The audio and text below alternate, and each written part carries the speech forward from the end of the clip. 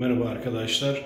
Banyomuzun tadilatı devam ediyor. Şu an fayanslardaki oluşan boşlukları, yani derz boşluklarını dolduracağız. Şöyle gördüğünüz gibi zamanla ve ilk yapılışında hatalı olanlar nasıl doldurulduğunu göstereceğim. Malzeme olarak herhangi bir nalburdan fugalı diye geçiyor. Kaliteli bir derz dolgu almamız yeter. Beyaz böyle alçıya benzer. Ben 3-4 kilo kadar aldım.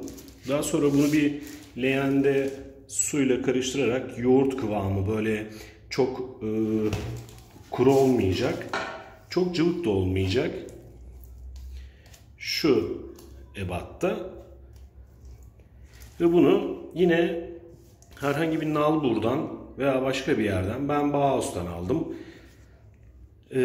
Yumuşak lastikli bir düzleştirme sıvamalısı diye geçiyordu. Bunu kullanabilirsiniz. Birazdan bunun çok güzel olduğunu göstereceğim yapılışının. Çok da rahat oluyor. Şimdi biraz malımızı... bir de ıspatulamız var. Şöyle de bir, çok eskiden almıştım, bir ıspatulam vardı. Bunun üzerine bir miktar alacağım ve bununla uygulamayı yapacağım.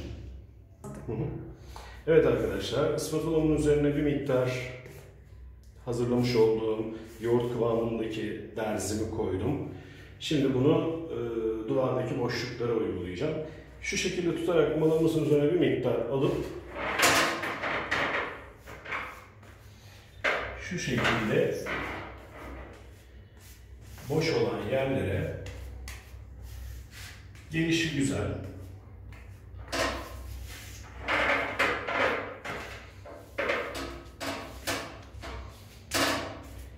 güzel bir şekilde sürüyorum. Sanki böyle macun yapar gibi. Sonra ıspatulamla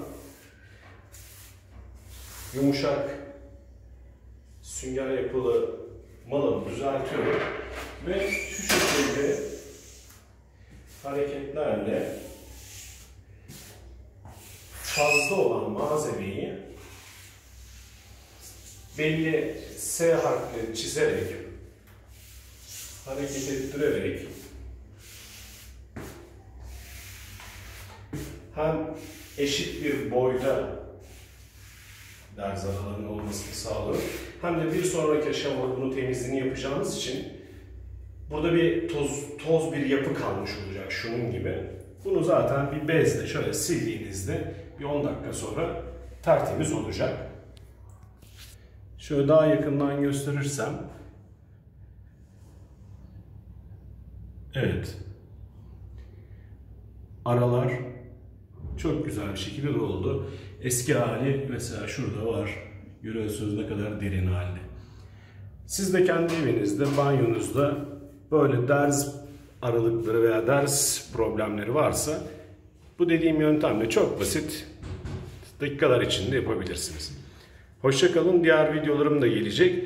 Bunun üzerine astar ve boyama işlemleri. Onları da izlemenizi isterim.